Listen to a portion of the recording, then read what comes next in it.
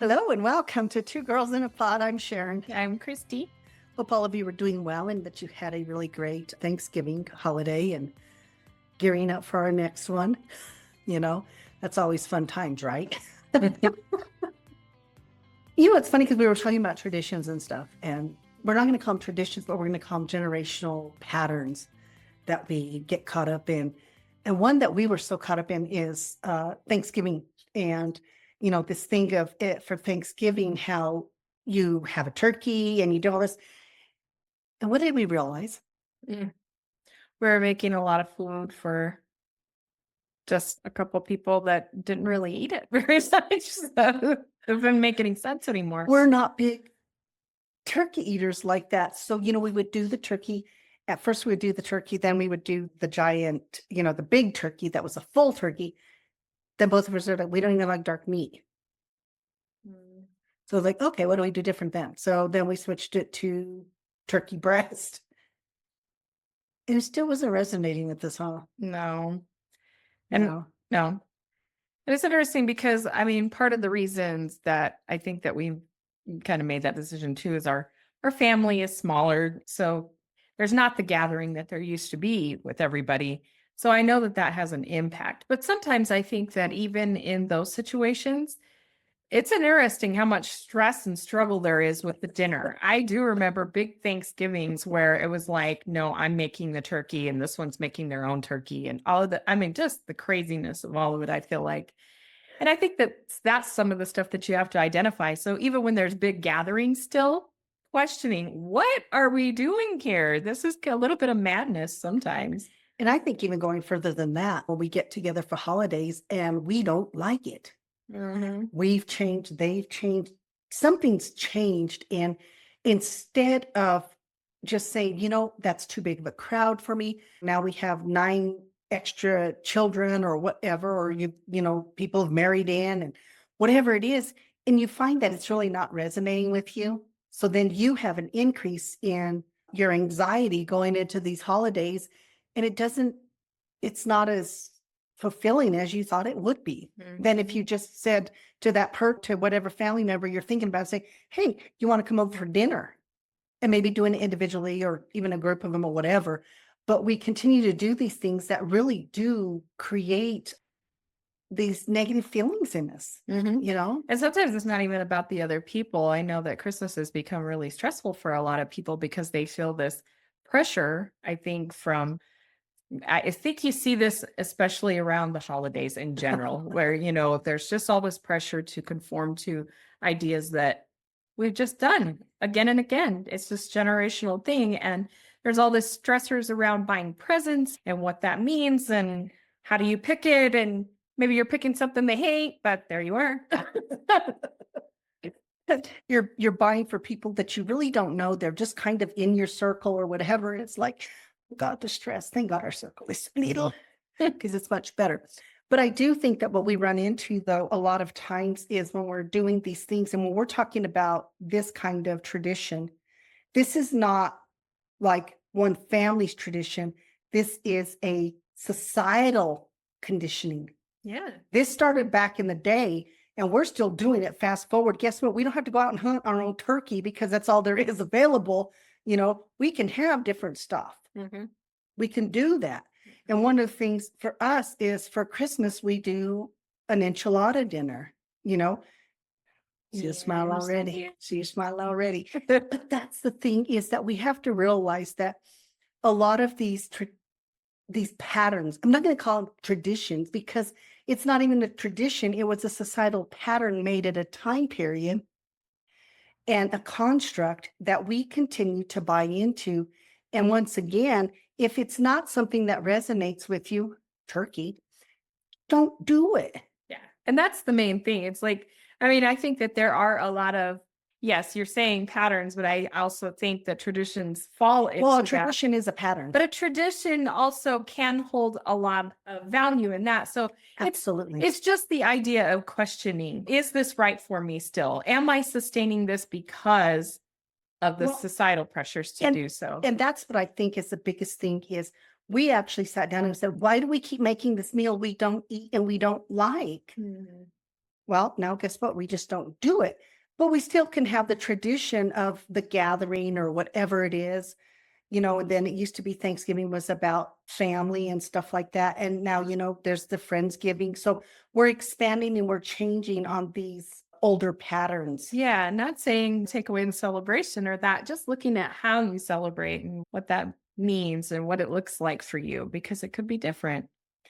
100%. And, when we're doing these things, understanding that it's not about, it's not a negative thing when we challenge those things because we're talking, this one is about things or about holidays.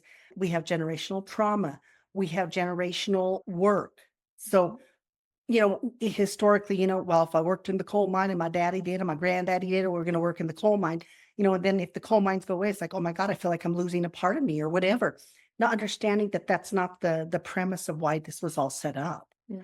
But we have those social economic patterns of behavior, teachers, military, police officers. There's a lot of different ones that you'll see family members do this. And when you ask the family member, well, what made you decide to become a teacher? Say, well, my parents are teachers. Okay, so does that mean because your parents are teachers, you're going to be a teacher? Is that what resonates with you? Well, that's all I know.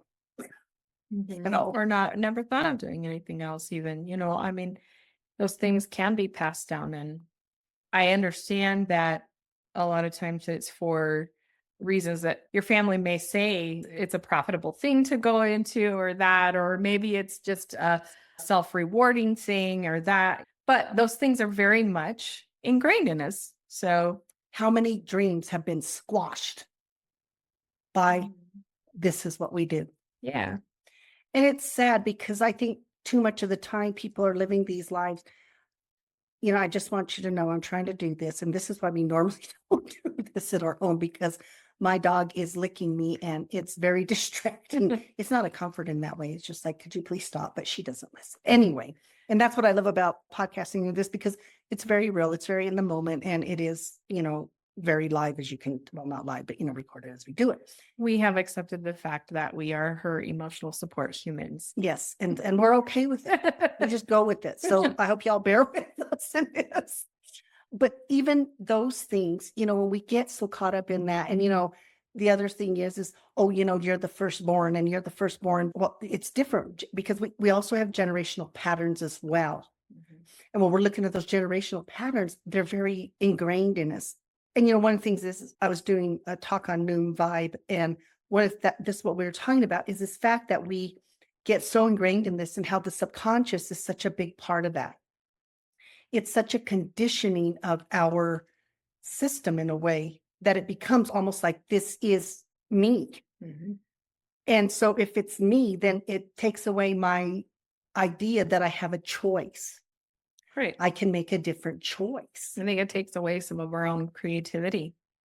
Absolutely. And once again, I really aspire to be this, but this is what we always do in our family. So that's what I'm going to do. And I have people who, oh, well, maybe doing engineering was one of the things. And it's like, for engineering, you need to know math. I hate math. Well, that's going to be a really hard career for you, if you to try to figure out how am I going to do this career when it's something that I don't like, Yeah. So I think those are the things we look at. And I want people to understand that it's not something we're doing consciously. Right. No. And that it's not always a negative. Like you were mentioning, we were talking about it when you were saying about the work ethic that is passed down generationally, sometimes, and how that can be a positive, but it can also play into a negative if we're not also taking care of ourselves and setting a boundary too. There's a balance with everything. Oh my goodness, it just made me, that song Cats in the Cradles by, I think it's Cat Stevens, came to mind. And the reason why is if you've never heard the song, it's about the dad. He's kind of a workaholic in a way. And the kid just wants, my dad came home from, I came home from school the other day, all of these things, and the dad's too busy. Yes. And I'll get to you because these generational things. Then you fast forward, the son is now a dad. And guess what? He's doing exactly the same thing. He doesn't have time for anything. He's got work. The new job's a hassle on the kids. and all this and that. So even in that, that's a really good song that shows how those patterns, how as children we learn those patterns. It's not like there was a conscious thing of the father to say, I want you to grow up to be just like me. But guess what? You grew up to be just like me. Mhm. And how many times I get people who come into my office and say, I don't want to be like my dad or my grandparent or my mom or my this or that. These my aunt, my uncle, the generation before, even one before that. I don't want to be like that. And then guess what? They find that that's exactly how I'm being. Mhm. I am actually being the very thing that I said I did not want to be. Yeah. It's because it's conditioned into us. And because of that conditioning, it's really hard. It's hard to undo that conditioning. And the only way we undo that conditioning, we always talk about this, is through our ability to have an awareness that it's happening in the first place. Mhm. I mean, asking ourselves these questions helps us to identify how much of it is, I'm buying into just how it's always been and what I really want. When we look at these things, it's to realize, and even in talking about this, it's not that to say that something is right or wrong, because these aren't about moral judgments and things like that. It's kind of like if it's not working for you, or if it doesn't feel good, and you don't feel like you're excelling in it, or it's not resonating with you. Creating angst or an incongruency. Yeah, you have to look at those things. And it was really interesting because one of the people who jumped on today on the talk, she was saying about that thing of the collective versus me as an individual. If I choose me as an individual, now I feel selfish and I have guilt. Two things that keep us stuck because of that conditioning. Mhm. Oh, you're just selfish. What do you mean you don't want to do this? You want to go be alone? Well, how dare you want to be alone? We're doing this. We always do this. Mhm. And then what does the person start doing? Like, they're right. I really should go. And it's really not about me. And continue to live somebody else's version of our life. And guilt is a huge thing that people use to keep those things that are comfortable and familiar. Mhm. It's that comfort and that familiarity and something that keeps us there. Yeah. Even though it's familiar, it may not be resonating at that level that it should for us. Mhm. I think that one of the biggest areas that you see that, and we've talked about that, and how people view finances and things like that, and how they think that about putting away for their children or that to have inheritance and things. And we've talked about the podcast that we listened to, Yo Quiero Dinero. Janice Torres was talking to a lady about that. And she was saying that she felt like one of the biggest gifts that her parents gave her was that throughout their life, they made sure that they were taken care of through their old age and that they were able to be self-reliant, self-sustaining. And even if they needed help or that, they planned for that. So she didn't have those stressors, when it came down to their aging and that, how was she going to help take care of her parents and that? And I know a lot of people struggle with that. So, I mean, I thought that was a really cool concept for her to bring out, And definitely breaking a generational philosophy, sometimes within cultures too. But when that person does have that ability to say, we get old, we've made provisions to do this so that you can be there with us and for us, but without the burden of the Yes. finances and all of those things. We're making these decisions now. Yeah. And if they're doing that, I think that that leaves room for so much more quality of time that they have left on this earth with their family members. Then you're able to spend that time not focusing on the stressors of how do we fix this for mom and dad or that. That's hard. And, understanding that there's nothing wrong with that generational thing, because there are many cultures that they have the family system is made up of not just the nuclear family, but it can have grandparents or family members or extended family. That's not what we're talking about. No. But we were watching a movie, and it was interesting because in the movie, he was very frustrated and upset because they were in a system where all the money went into one pot. And he said, I feel like I work and, basically I'll wait for my little handout from you because you're the head of the household. So I have to wait for that. And he hated it. He wanted his own money. He wanted that, but the culture did not allow it. Yeah. And sometimes stepping outside that culture is huge. Yeah. And it's scary. And when you step outside a culture, whether it's a religious culture or a ethnic culture, that's really hard because those are generational. I mean, really embedded generational norms. Yeah. Well, I could say it's not to say that any of those things are wrong. No.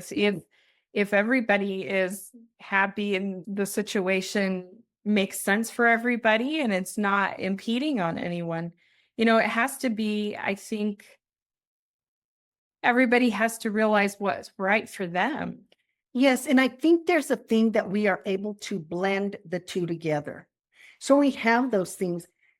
It's not taking away somebody's individuality. And when the one was talking about that, the collective versus the individual, the thing is I can still set aside time that is about me, and at the same time still be helping with that collective. Yeah. I talk with my hands and she thinks that means, I don't know, let's lick mama's hands or something. Because yeah, but then everybody's going to say, well, listen and watch your podcast, but only if the dog's there. Because we even, people come to see us, my sister and that. Oh, no, they don't come to see us. We already know it's for the dog. So we don't need to pretend anymore to have ranking. But those are the things, is how do we know how to be our individual within a collective? Right. And I always tell people this, the more you learn about who you are, the healthier and the stronger you are. Guess what? The stronger the collective gets to be. Yeah. But when we try to just do one or the other, that's why we don't have that balance. There's a balance within that. Yes. We have to check in with ourselves in order to be the healthiest version of ourselves. And I think that, just asking ourselves these questions, no matter what area of our life it's in, it's important so that we can be better versions of ourselves. People are doing a lot of research on these things, and everybody likes research, right? But there are people who are there and they're looking at how is this really playing out? And the cool thing is now we can use longitudinal studies where we can look at multiple generations versus just 2 generations back or whatever. We can now look and see how has that been effective for the culture, for the unit or whoever it is. One of the other things that we see changing is historically, one of the cultural norms was for women to be at home, have babies, take care of the home, all of those kind of things. And what you're seeing now is a lot of women are saying, no, let's put a pause on that. I'm going to do my college, or I'm going to start my career. Then I'm going to think about college. But we're also having more people who are making the choice, couples are making the choice to have no children. Yeah. Which is, for some families, is like, what? How many times? Oh my goodness. Oh my goodness. When am I going to have grandbabies? They're always telling me, parent, when are we going to have grandbabies? They're like, never. And it's funny to me because I have some younger clients that are probably 16 or 17 to 23, I think it is. And they're the females, and they're saying, I'm not going to have kids. Yeah. And I've already told my parents, I'm not going to have kids. And the parents, you'll change your mind. And you can, I don't think you might. I don't think that you would have seen even some of those decisions being made today if something didn't change in our society even prior to that, where that, it became necessary for both parents to start working. I think that played an impact in some of that change too. It's interesting you said that, because sometimes when society changes, it changes those norms. And that's how these are constructs and they're not something that's we're born with or that nurture piece of it. We know that. Yeah. And the reason we know it is because if society says we got to change till we have 2 people working, then guess what? The mom at home no longer is the same thing. It's more rare. Now you have some women who say, I just really want to be a stay-at-home mom, or I have the dads that want to be the stay-at-home dad. Those are the things we're talking about. It's changing as the society is changing. Right. So our norms will change. And then, we'll look at the next 2 or 3 generations down. It's going to it may look totally different. Mm-hmm. But it's interesting to see how all those patterns play out. Yes. So if we know that something is economics changes these social things, don't let economics make those decisions for you. Yeah. Start making decisions for yourself. Start bringing that stuff into your awareness in order for you to be able to change it. Yeah. And there's nothing wrong with that. There's nothing wrong with looking at those things. And, one of the things we're really doing right now, we're reading a lot. And I think to continuously learn is so important for us, because through the learning that we continue to have our growth and development. Yes. Some of the things we're reading is about those. Sometimes we get caught up in those ideas and that subconscious, and then we're playing out these roles constantly. Mm-hmm. Just because it's like the only thing we know. Exactly. And I think what's kind of sad about that is it is the only thing we know, but it's not. It's the only thing that we attend to. Yeah, it's the only thing that we've never challenged and tried to identify why we continue to do the stuff that we do. Exactly. Every blanket also becomes hers. So you don't have a blanket that's ours anymore. But the thing is that it's, once again, to bring it into awareness and then to challenge it as far as, is this truly me? Is it resonating with me? Is it helping me springboard forward? Or am I just so complacent with it? When we talk about those patterns, and so let's take it out of even the seriousness of the patterns that kind of keep us stuck. One of the other things that happens is, like, if you have been in a job for a hot minute, we were doing this the other day. We were driving somewhere and she wanted to turn towards work. And I said, but we're not going to work. And it's those automatic. And how many of you have been driving? You get up, get in your car, you're at home, you're at your office, and they're like, oh my God, how did I get here? Yeah. Or it's a Saturday. I shouldn't be here. That's even more. But we're creatures of habit. Yes, it's those patterns. We create patterns very quickly. And even if that job, you haven't had that job for very long, guess what? You already have that pattern. So you think about these things that have been around for generations, how embedded they are in us, and how when we make that decision to change something, how come it can be so scary. Because we feel like some of it's written in our DNA. If that change, that will change us. But I think what we're seeing and this is my, we've talked about, this is our belief that because of all of these things, because of this subconscious stuff and not attending to it, and not acting and being stressed out about a lot of different things, we're dying way too young for a country that has the advancements that we do and everything. We're still dying way too young. Mm-hmm. And once again, we're stressing and worrying about things. And a lot of times it's those patterns. If it's work, oh my God, no, I got to do this. I grew up and this is my work, and I got to, having that same mentality. I can't believe how many people are stuck in the rut of working at a job where that they're working well over the amount of hours and not even getting compensated a lot of times for it. I mean, that just makes you, it's like nose to the grindstone with that all the time, and you'll get really burned out. I agree. And I think the other thing is how many people out there are working jobs that they hate. Yeah. They hate them. But I went and got my degree in it because that's what I was supposed to do. So I'm going to stay working in this. Well, I got my degree in it, so I got to use it because I got to pay for that. All of these crazy thoughts that go in our head that are somebody else's idea of how we're supposed to live our life. When in actuality, go work the job that's going to make you happy. We only have one flipping life. Yeah. And we're so busy with my life. How much of it I can sit back and say, was I living that was somebody else's version, or societal versions, eating a turkey and making a turkey that's not even what we want. Right.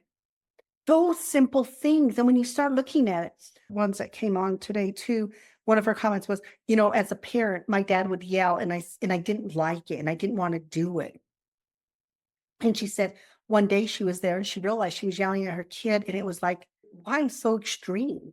So as soon as it became in her awareness, she was able to change it. But the thing she said she wasn't going to do, but because it was a pattern, it was that generational pattern.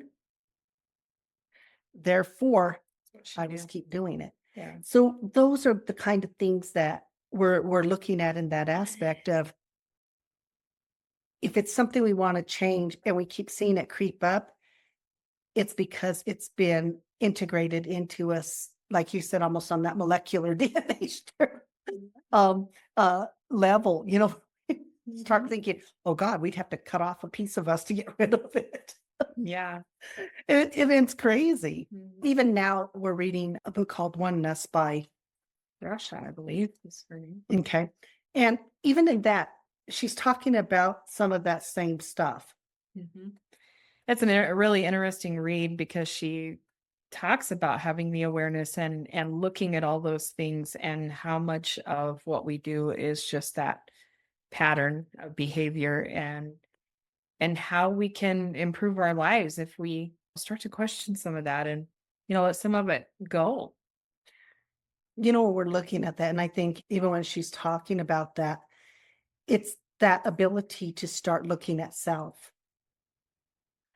And once we're able to start looking at self and having that awareness to ourselves and that ability to grow and develop, we start to see that that's still a part of the collective.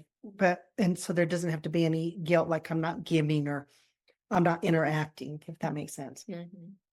I think generationally, we are always comparing ourselves. And that's part of the problem too. You see, like even in the last book that I was reading, Think and Grow Rich, he talks about you have to look at the ideas that you've gone along with all this time and believed and has kept you from moving ahead, even on a financial level or whatever.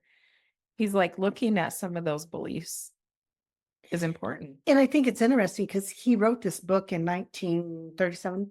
Like 33 or 33, something. 37. And it's interesting because he wrote this at that time. And guess what? Some of the stuff he wrote about, that's fast forward to 2024, we're still dealing and doing the same stuff. That's generational. He talks about over time how that things have to change between the business owner and the employee and how there has to be there should be gratitude that both are there to make the business what it is. It has to be, he says, you can't get something basically for nothing because you need to give from that place. If you're there and putting your all into something, what you do for one another in that is important, the business owner and the employee. And I think, what we did is we see, and if we're talking about business, we've seen a shift where it used to be employees and employers had more of a working familial relation, not familial, but familiar relationship with each other. So oftentimes, if you worked at a certain level, you still knew who owned the company or ran the company or all of those things. You still knew them. They weren't so far removed. Yeah. Now, when you look at companies, I think if we take the really big companies like Amazon, Google, the big companies, who owns the company is so far removed Yeah. from the people working in it. Those people that are making the money for you, they're so far removed from it. Yeah. So people, I don't know who I have 3 people ahead of me. I don't know who they are. So even in that, the structure of business has changed. Yeah. It's gotten bigger. And so it's really more, if you hear a lot of people talk about how unhappy they are at work because management does this or, it's just all sorts of stuff. We're not communicating. We're not sharing those ideas and listening willingly to ideas and things like that. I think we're not realizing the connectedness in all of those things and how we help push each other up when we're both giving to the same degree. Exactly. And I think we're looking at this and we're talking about change. It's understanding that my priority is to change me first. I have to start here. And then from here, I tell people start here. Then from there, you go into your home and then out into your neighborhood. And then you extend, you kind of keep broadening that to be a part of that connectivity with our communities and things like that. Mhm.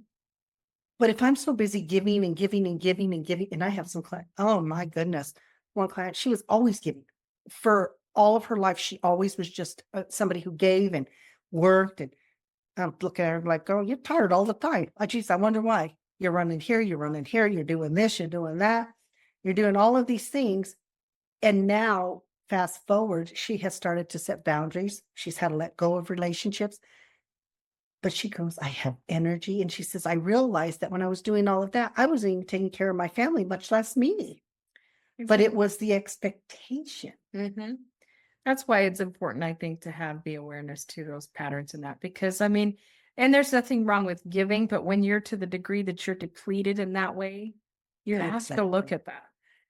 Another series that we've been reading is Dr. Joe Dispenza. He has a wonderful series of books that addresses some of these, and he really talks a lot about that subconscious, those things that have been so ingrained in us that they every time we're about ready to make change, it rears its ugly head because it wants the status quo because it's been there forever. It has taken up residency, We think you it's know. set in stone. Well, it's that thing of, well, I've been here 10 years, I'm going to stay here for the rest of my life or whatever.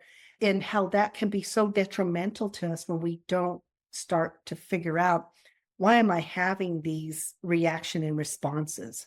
Mhm. We had that the other day. She said something to me, don't even remember what it is now because once I process it's gone. But I had a strong emotional reaction. And then I realized I was having it towards her. But I was in the middle of work, so we couldn't continue our conversation, and I said, "No, gotta go." So I went, started my work, and my client had to get up and do something, and in that little time, I'm sitting there thinking, "What is that about?" And then it was like that. Once I said, "What was that about?" The thought, it was a freaking memory from I'm talking way back, way back. It was so far back, I can't even believe that it was still present. But as soon as I identified it and I finished the session, I went to you and I said, "Oh my God, this is what it was." I said, "This triggered what you said triggered me." And this was something that happened as soon as I processed it and that it was gone. I literally let it go. I don't hold on to it once. And somebody even asked me, "Well, what was it?" I don't know. I can't remember it because it happened. I processed it and it left. But the power of that and not having, if I had just continued to say, maybe start an argument with you and continued on, guess what? That would have stayed and it Mhm. would have reared its ugly head at some other point. Mhm. But that's a conditioning that happened a long time ago that I didn't have an awareness to Exactly. until I was forced to have an awareness to it. I think that the awareness is the most powerful thing because a lot of times, you're when you're not identifying that, it's like you say, you could have gone to that emotional place and just Mhm. argued a point and been defensive and not even understanding where that was really coming from. When I talk about these things and I tell my clients, when I'm talking to you about things and I'm giving recommendations or I'm saying, I think this might be beneficial. It's always you can use it or you don't. But I also tell them, I don't ask you to do stuff that I haven't done other than take medications because I don't need a medication. But other than that, when I'm talking about how do we be mindful, how do we meditate, how do we change processes, how do we become aware of something, how do we identify something? Because guess what? Nobody's above in this game. No, We're exactly. all we all have something because of all this generational stuff. In order to get away from it, we have to start talking about and identifying it first. We have to have that introspection. And I think that a lot of times people are almost even afraid of that because if this doesn't resonate with me, how do I explain that to all the people around me who expect me to do this or that or the other? Exactly. And I think that we also forget that other people make choices. And in those choices, they expect because of those roles or because of that generational stuff, that other person is going to go and become that or do that just simply because it's been around for, 1,000 years or whatever, that this is how you act as a parent child or spouses or whatever. And, historically people stayed in really horrible marriages. Mhm. horrible marriages. I thought they had to. And we don't have to. But once again, you were more afraid of divorcing because of the stigma. And now, oh, you are a divorcee. You're not going to job. We're not going to look at you. But that's what people thought. Yeah. There was such a horrible societal consequence almost for you divorcing. Yeah. You know, it was like, how? No. They were afraid they were going to get wished into the cornfield. Man, would there be a lot of people in that cornfield to make yourself a whole little community. But no, seriously, when we look at that, it almost would create that in there. Well, nobody in our family's ever been divorced, and you're not going to be the first, you know, like seriously, you think you can keep me from divorcing or whatever? And, you know, now people, it's more unlikely that people stay married. You know, when people find out that we've been together for 25 years, that they're like, oh my God, how do you do that? How, you know, they The might. bigger question is, how do you spend all your time together? Yeah. I think that's a funny thing too. And I tell people everybody's relationship is different. You've got to make it fit for you outside of, because we do, our friends, you guys are around each other a lot. And guess what? She's my best friend. I want to be around her. But So it works out good. Yeah. But the other thing people don't understand is when I'm working, she's working. So there's a huge chunks of time that we're really not together. But if we're going to vacation, we're going to vacation together. We want to share that experience. Mhm. But I have some couples that I don't want you to go on my vacation. I want a vacation from you. Yeah. You know? Yeah. So it's just different people, but it's really important for each person to decide what is resonating with them. It's not about other people. Yeah. That's the hardest thing. If you were raised a people pleaser because, you know, your mom or dad were the people pleaser, and you can almost look and see and follow that pattern in a system. Mm-hmm. And I tell people, it's not just the pattern of your family system. You have to take time to look at those societal ones. Yeah. Why are you doing this? Everybody's doing it. Mm-hmm. Okay. How many of you out there, you know, when the new word of the day comes out and you sit there and say, if I have to hear that word said one more time, because it becomes so popular, that's all you hear. Yeah. That's a societal norm. It's a temporary one. But pretty soon everybody's doing it. Yeah. And it's like, even if you don't want to, or you're just doing, we are doing and existing instead of living and thriving and all of those other things that I think are so much more important. Yes. Ask yourself the questions. What do you think would be the important questions to ask? Well, why am I doing this? What does it bring to me? Really, am I happy? Yeah. Is this all? Yeah. Can I do more? Or should I be doing a little less? I like that one better. Are these relationships resonating with me? Or am I afraid to go out and make other relationships? You're right. I think it starts with the question. And I think for each individual, the question may be different. But I think it's always, why am I doing this? Yes. What is my why? What is my why? And I think another thing is, do I have passion for this? Mm-hmm. And if you don't, look for what does light your fire. Really, because once again, we only have this one life here Yeah. to live. And when we spend even a year not living our life, it feels like an eternity sometimes. Mm-hmm. And we have to realize that in order for us to be happy, I believe this, every single human being has the right to be happy and to be loved and to love. Mm-hmm. Those three things. Yeah. And when we are able to do that, but it starts with, how do I see myself?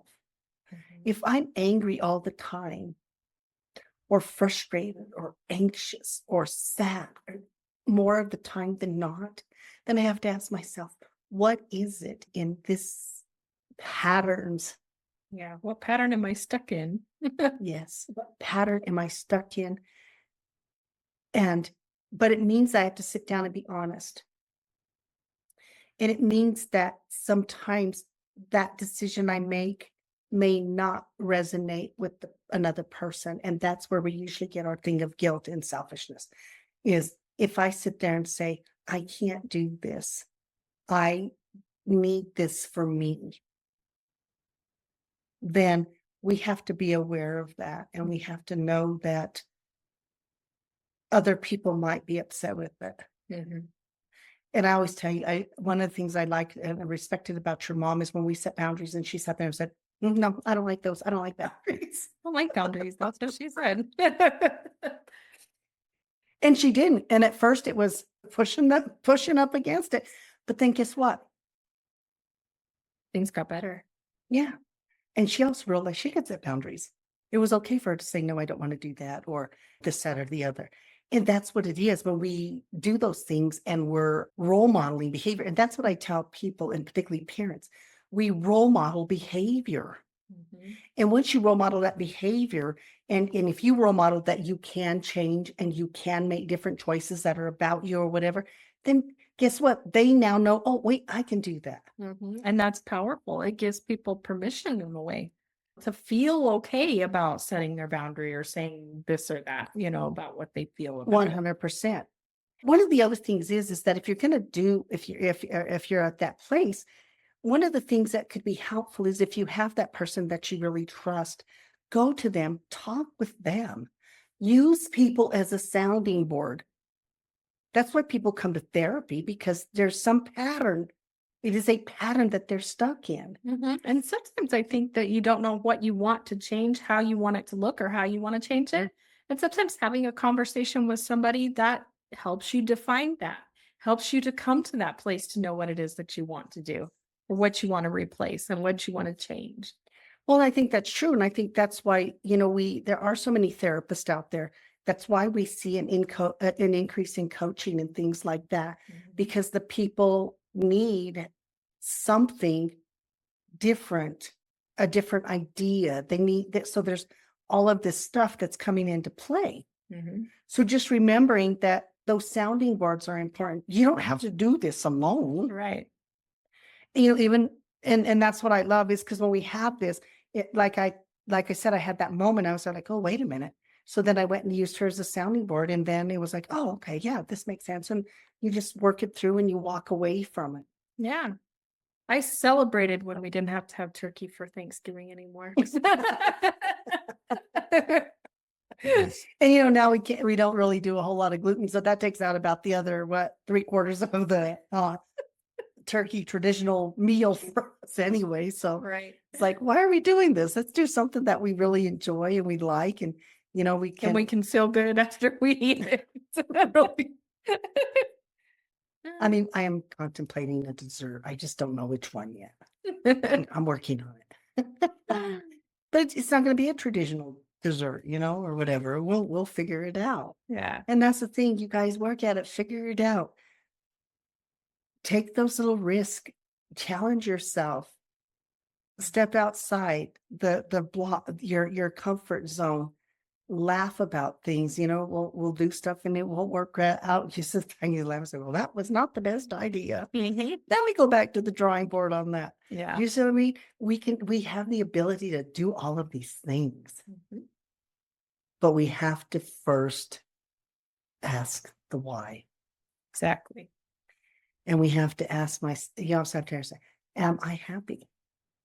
Mhm. Am I even content? Yeah. And if you are, great. There's And nothing to change. you keep doing what you're doing and build on that. Yeah. But if you ask that question and the answer is no, then that is a really good time to start looking at those patterns. What pattern is keeping you stuck? Yeah. And sometimes it'll come out of the blue. But instead of not attend to it, figure it out and let it go and move away from it. Mhm. So once again, there's a lot of great resources out there. And it's important to use resources so that you don't have to do these things alone. Mhm. Okay. And as always, we are so grateful. But, real quickly, a new year starting, not that you have to wait till the new year. Y'all can start right now changing our patterns. But with the new year, that's a good time to ask the why question. Why am I happy? Am I content? And do I have passion for what I am doing? Mm-hmm. And then that's a good place to start in this new journey of changing patterns, creating your own patterns that are really resonating and have more value for you. And as always, it's not to discredit or get rid of other things that traditions and stuff, they're important to people. It's always an individual basis. Okay. There are some people out there who love turkey dinner and wait for that. This cracks me up. And people will say, I say, what are you waiting for your holiday dinner? Green bean casserole. And I'll say, you really like it that much? Mm-hmm. When else do you eat it? You can make green bean casserole any day of the year. But how many, when I ask that, they'll say, the holiday. But you love it that much. My one kid, oh man, he wanted green bean casserole so bad for Thanksgiving. He gets there, and guess what? There's no green bean casserole. He goes, Miss Sharon, I'm going to have to wait another year. And so his grandma goes, no, I'll make one for Christmas dinner because he was all disappointed. Even in his head already, he thinks he can only have green bean casserole on Thanksgiving. Is that not insane? Yeah. So that's a pattern. We need to change that. If you want green bean casserole, I told him, make green bean casserole. But anyway, as always, we're so grateful. And you can always find us on twogirlsandapod.com. And if you subscribe, you will receive an email whenever we post a new episode. We really appreciate all of you listening. And you can find the podcast wherever you get your podcasts. Also, you can find Adventures of Two Girls and a Pod, Life's Journey on YouTube. And we would love for you to subscribe. There's some different things on there. You'll see our little fur baby on there. And Sharon has some mixology with Sip and Savor, so check those out. Also, our coloring books on Amazon, Grateful Beginnings. They are a great Christmas present or anytime. Adults or kids, coloring can be a lot of fun, at least for me. I know that not everybody likes it, but anyway, it's about having a conversation about gratitude and showing, our gratitude for just all the things the little things. Even. Yeah. And, even on that, if you do purchase in that, going back, writing reviews, liking and stuff, which we did not know that, because if you don't, then it pushes you to the bottom of the thing. So nobody can find you unless now you can put in Grateful Beginnings and it actually pulls us up because we've had enough, I guess, activity. If it stops and we go to the bottom and then you can't find us, you have to put in Sharon Abeta and Christy Banta. So it's crazy, but we appreciate all the support that we get from everybody. We're very, very grateful for it. And, once again, thank you so much. We have immense gratitude for everybody who listens and follows and likes and shares and does all the things that they do, and supports us. So thank you very much. And we will be back next week. And the other thing is we enjoy and we welcome comments to the podcast. That's another huge thing.